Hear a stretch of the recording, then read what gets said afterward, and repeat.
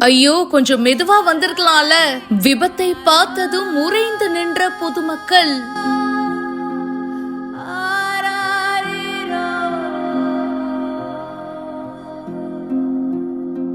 கண்ணிமைக்கும் நேரத்தில் நடந்த கொடூரம். பரபரப்பான சிசிடிவி வீடியோ.